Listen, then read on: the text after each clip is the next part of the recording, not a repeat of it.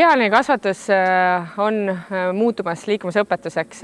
Miks see nimi liikumisõpetus? Väga lihtne selgitus, et noorte täiskasvanute harjumused on nii palju muutunud, et kehalist aktiivsust on päevas väga väheks jäänud ja uus liikumisõpetus ja sellega tulenev ainekava, mis koolidesse on jõudnud, sisaldab endas väga palju uusi elemente ja väga palju elulisi oskusi, et õpilasteni viia see motivatsioon, tahe liikuda, tekitada õpilases seda positiivset hoiakut ja anda talle hästi palju mitmekülgseid oskuseid, võiks viia selleni, et see õpilane ka pärast koolipäeva tahab minna iseseisvalt liikuma või siis mingi huvitegevusega, spordiharrastusega tegelema.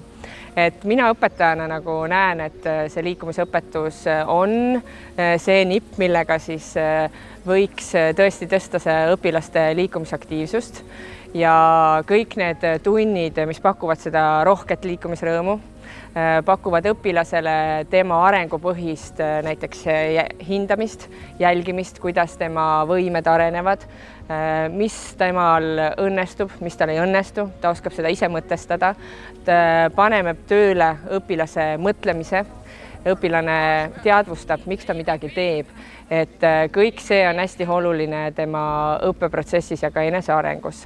Et samuti uus liikumisõpetus sisaldab endas väga palju teisi valdkondasid, mida tavapärane kehaline kasvatus ei ole pakkunud. Et tegeleme kehalise aktiivsuse teemaga hästi tugevalt, et iga laps peaks päevas 60 minutit liikuma.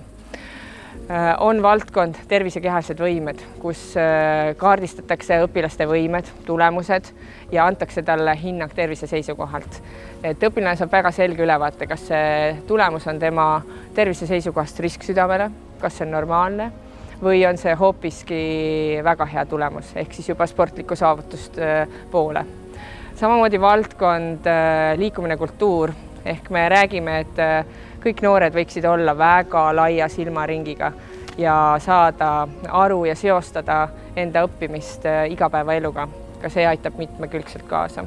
Ja valdkond, mis võib-olla täna isegi üks tähtsamaid on vaimne kehaline tasakaal, toob fookusesse õpilase keskendumise, tähelepanu, emotsionaalse tasakaalu, et kuidas juhtida oma emotsioone, kuidas vaadata iseenda sisse, tunnetada ennast ja selle kaudu siis õppeprotsessiga paremini juhtida.